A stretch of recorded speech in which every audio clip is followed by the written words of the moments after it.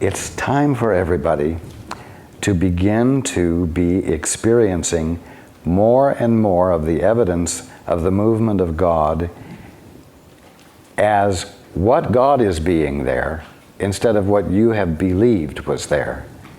It's time for all of you to be beginning to have new and very different experiences. And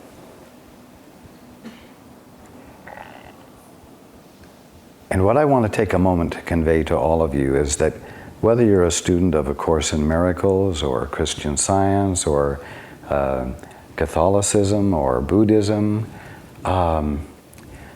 don't become so caught up in the language or the focus of attention that any of these teachings provide. Don't become so caught up in the specifics of them that you stop being curious for the unexpected, for things that are not included in those books, like streaming light or orbs of light or radical new perceptions about each other, or radical new perceptions of yourself as masculine and feminine, as an experience of wholeness.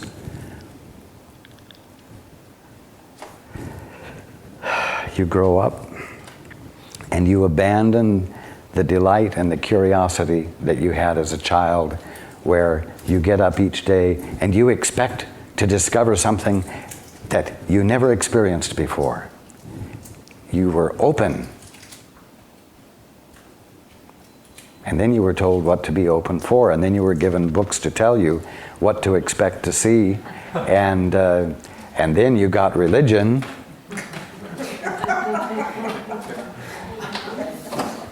And you were told where not to look.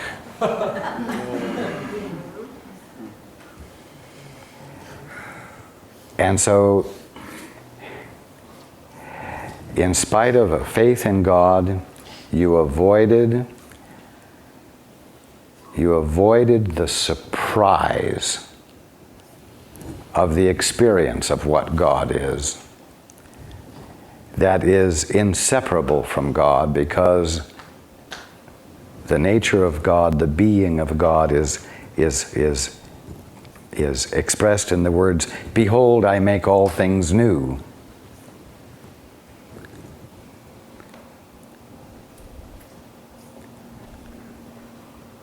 Well, your conditioning says, I can't afford to go off the deep end like you're describing. You know, you want me to give up all rational sense and be open to something totally unexpected? That's chaos. You want me to abandon all reason, which means you expect me to become unreasonable. And everyone knows what happens when one becomes unreasonable or behaves without reason.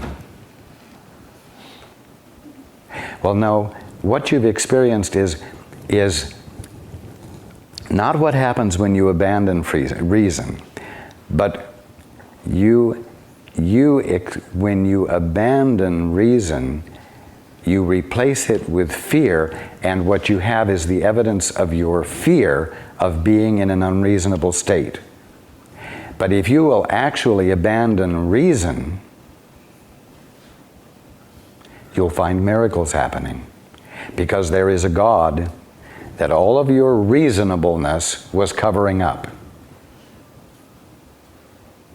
All of your reasonable plans and goals and all your reasonable ways of doing things so that nothing surprising will happen. And you won't be caught off guard by a miracle.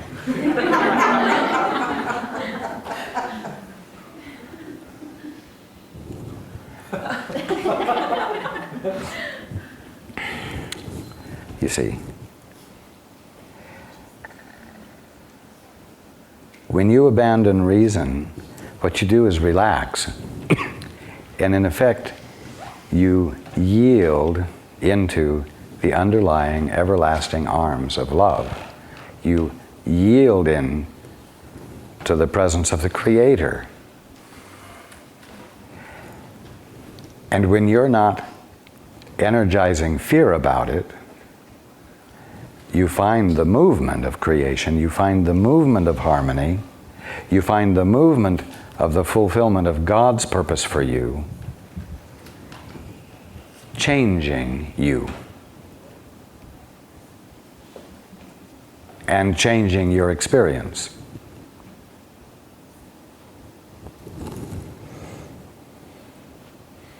So I'm very glad you came all this distance to ask this question, because the answer is important, but even more important than that, it provides an example for everyone who is spiritually uptight. It provides an example for them of how the doors to insight and even revelation can present themselves,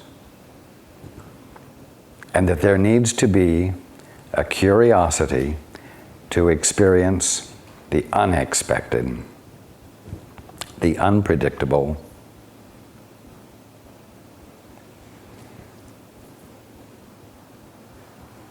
and unreasoned good, unreasonable good.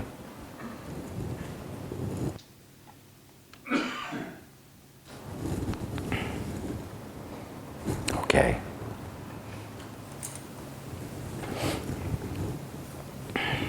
Hands.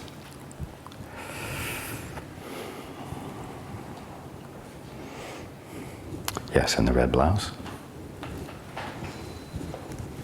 Hi there. I would like to ask, I'm presently in school, and I wanted to know if the area of study I've chosen is correct for me, if I have the skills necessary to make a true contribution through the field I've chosen, environmental sociology. You are right on target. Yeah? Yes. Okay. Yes. I guess I'm asking because, well, I'm near graduation and stuff. And I'm good. I want to amplify, relative to your question, what we've been talking about already.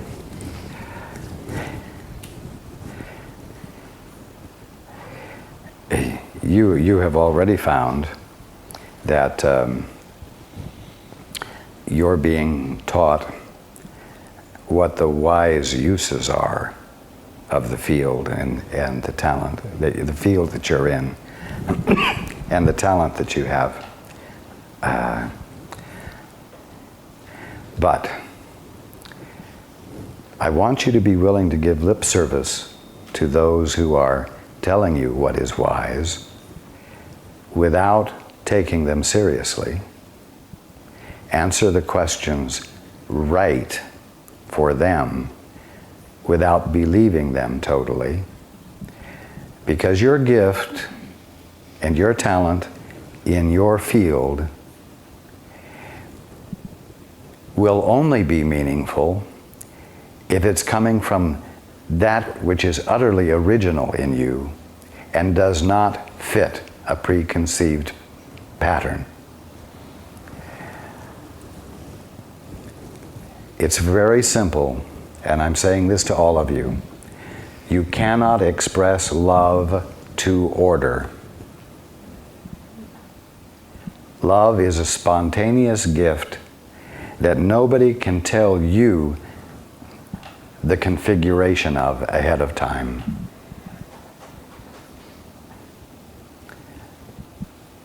I want you to stay in touch with, for lack of better words, the raw creativity in you that hasn't been refined by education.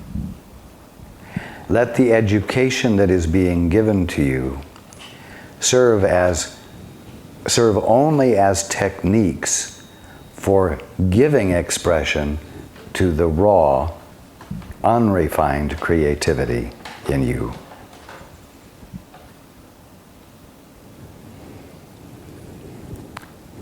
If you begin to cater to the system, or you begin to cater to whatever the popular concept is today of how to function in your field, you, not slowly but very rapidly, will become very uncomfortable and frustrated, and you are likely to swear off your field rather than the allegiance to everyone else's concept about how you ought to behave and how you ought to express it and how you're going to be able to make the most money at it.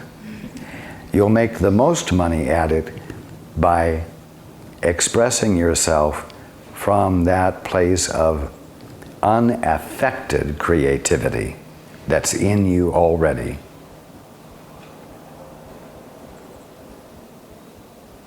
Okay? I kind of had a second part, but you sort of answered it.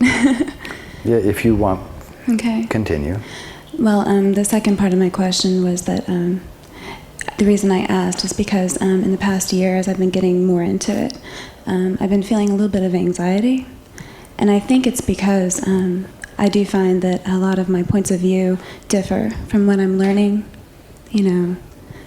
and that caused me a little anxiety because I wasn't seeing it. The interesting thing is that 18 years from now, if everyone isn't already awake, the things in you that are in disagreement with what you're being taught will be the things that are being taught. And if you arrive at a point 18 years from now, having felt distress for 18 years, only to find that now they are teaching the very thing that caused you to appear to be out of sync and therefore not a valuable presence. What I'm saying is, you don't want to end up 18 years from now finding that you've been experiencing misery just because as a young person you yielded to the concepts of older people, teachers, whatever, who spoke as though they knew the law in your field. When the existence of your field is a result of individuals breaking the rules throughout the centuries. And for those of you who aren't aware, her field is art. So, don't abandon yourself.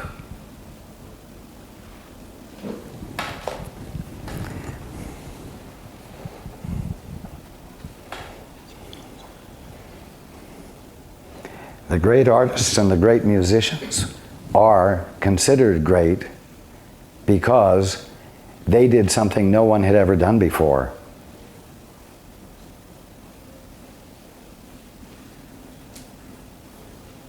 Okay. Thank you. You are welcome. We are going to take a break.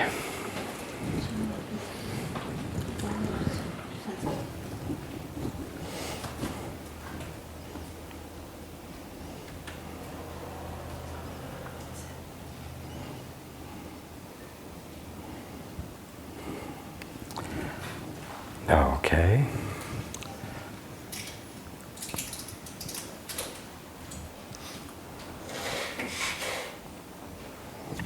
Before we go into more questions, I just want to talk about resentment for a moment.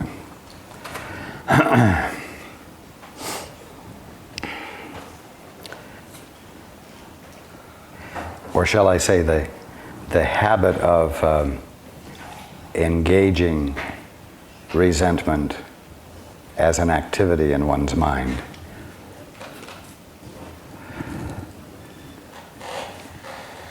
In a gathering like this, in order for Paul to listen to me so that I can respond to your questions, Paul has to be willing to set aside concerns,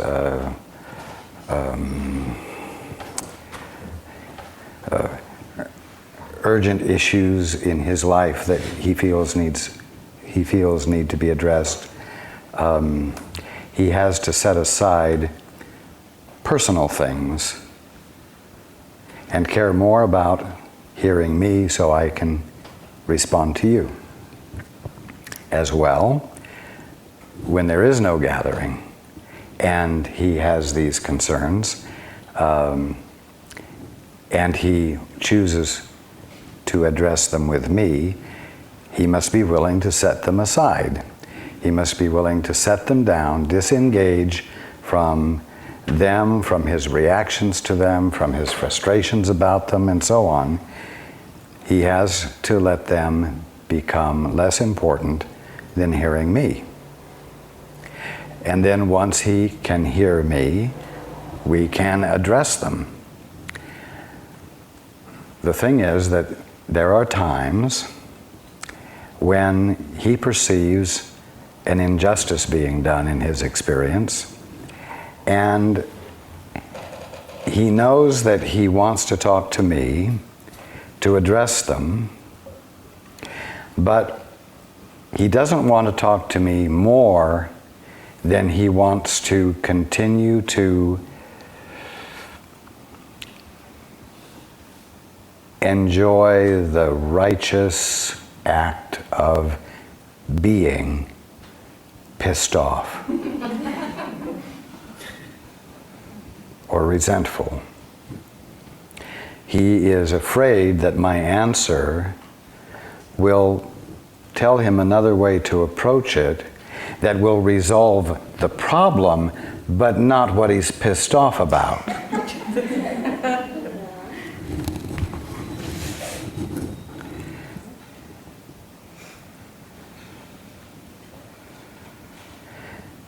Now, the reason I'm bringing this up is because this is not unique to Paul.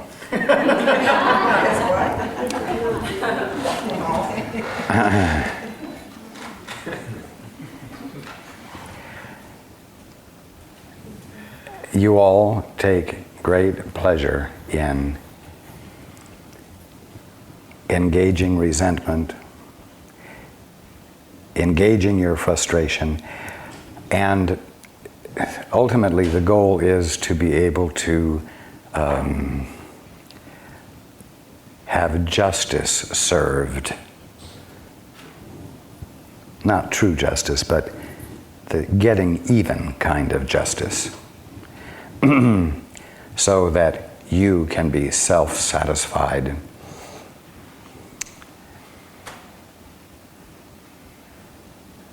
Which really means that so you don't have to be the only one who was hurting, right? I'm bringing this up in specific response to Claudia's question.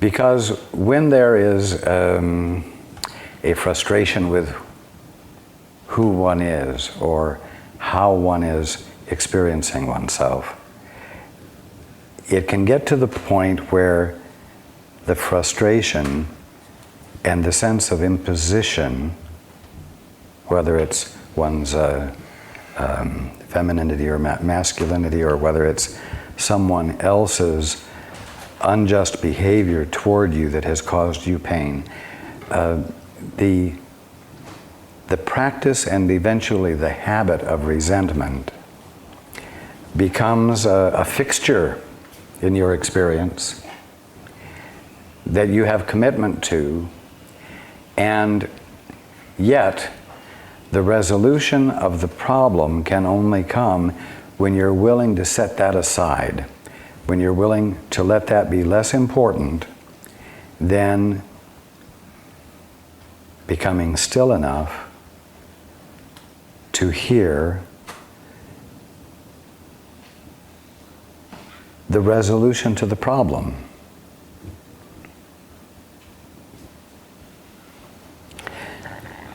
When you get into the habit of resentment and the call for justice,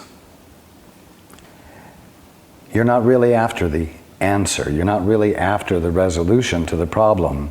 You're after getting even. And it will block you absolutely from the answer.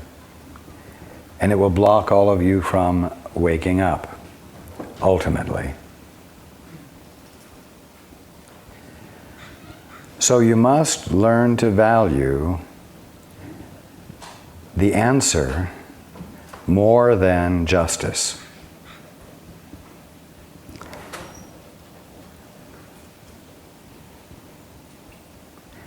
I'll tell you this, the answer will allow everyone to win. The answer will bless everyone, and justice will not.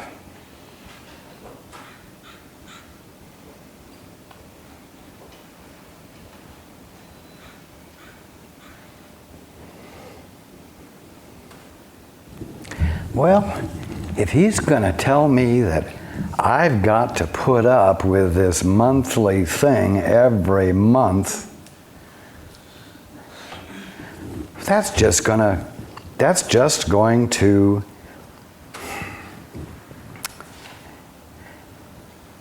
tell me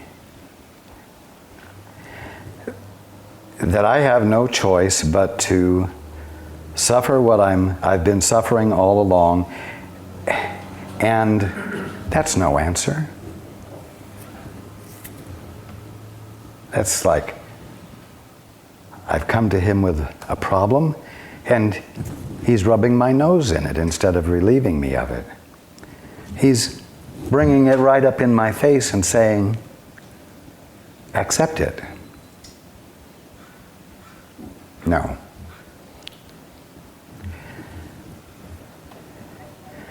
What I'm saying is that you can't get rid of what's a part of you. You can't get rid of your wholeness. The problem is that you've been trying to be half and not whole, and opt for the half that you're comfortable with and deny the half that you're not. And the very opting for less than the wholeness of you is what you're suffering from. It's not from the monthly cycle. And when you begin to embrace yourself in your wholeness, whatever is distressing about the monthly cycle will level out and not be a distress. But you've all got to stop hating yourselves. What I mean by that is you've all got to stop validating and valuing the engagement of resentment and the call for justice in yourselves. And you've got to change and opt for what will resolve the problem, whether it gets you justice or not. And right now, the only reason you're not all awake is because you are opting for your definitions of everything, instead of the meanings the Father is expressing in and as everything. So this is relevant to everyone. Be careful that you aren't enjoying the energizing of frustration and resentment, of the uncalled for injustice and your right to react to it. Be careful that you do not make such commitment to the so-called pleasure of self-righteousness that you refuse to ask for the answer and then let the answer in.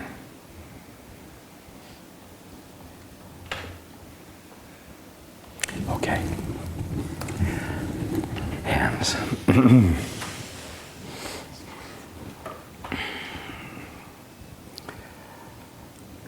The lady right here? Yes. Oh. Would you hand it back to her?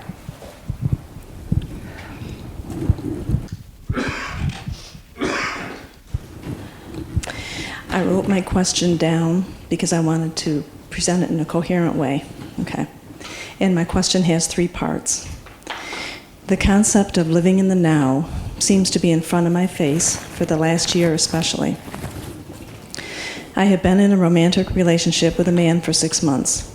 It has been wonderful and challenging at the same time. He is a Sagittarius, which to a large extent seems to be about being free and not held down. I am a Taurus, which seems to have a great desire for security and predictability attached to it.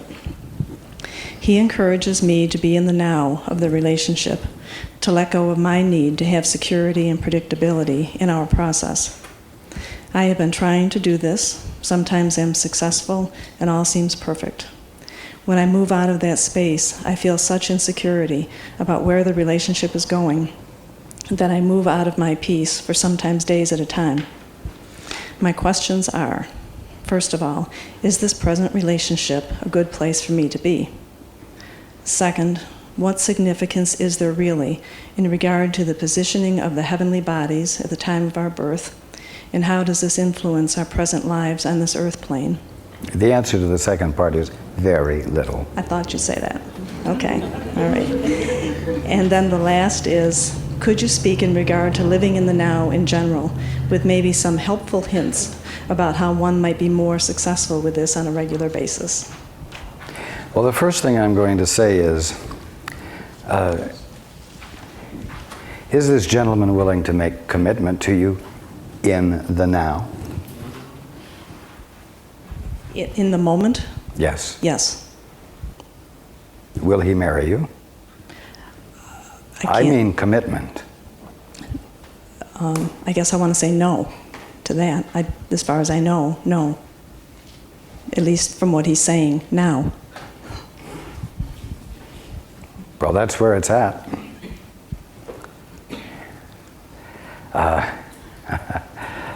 Oh. It is so easy to use metaphysical ideas and New Age ideas to be uncommitted, uninvolved, like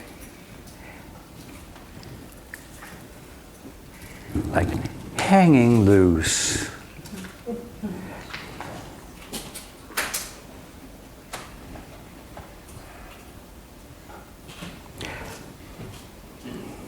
If he goes out to buy a new car, if he says to them, I don't feel like signing the contract. You know, what you need to do is be in the now with me.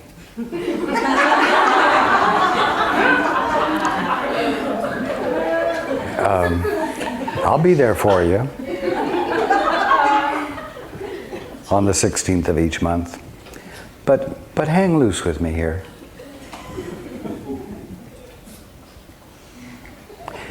The question is, why wouldn't you sign the contract? Why not say, I care enough about my relationship with you, whether it's the car or you, that I will put my words and my actions behind my involvement to secure it, to act in a way that shows that for the duration of the contract, I say I will abide by and continue to reaffirm my love for you, whether it's you or the car. Why not?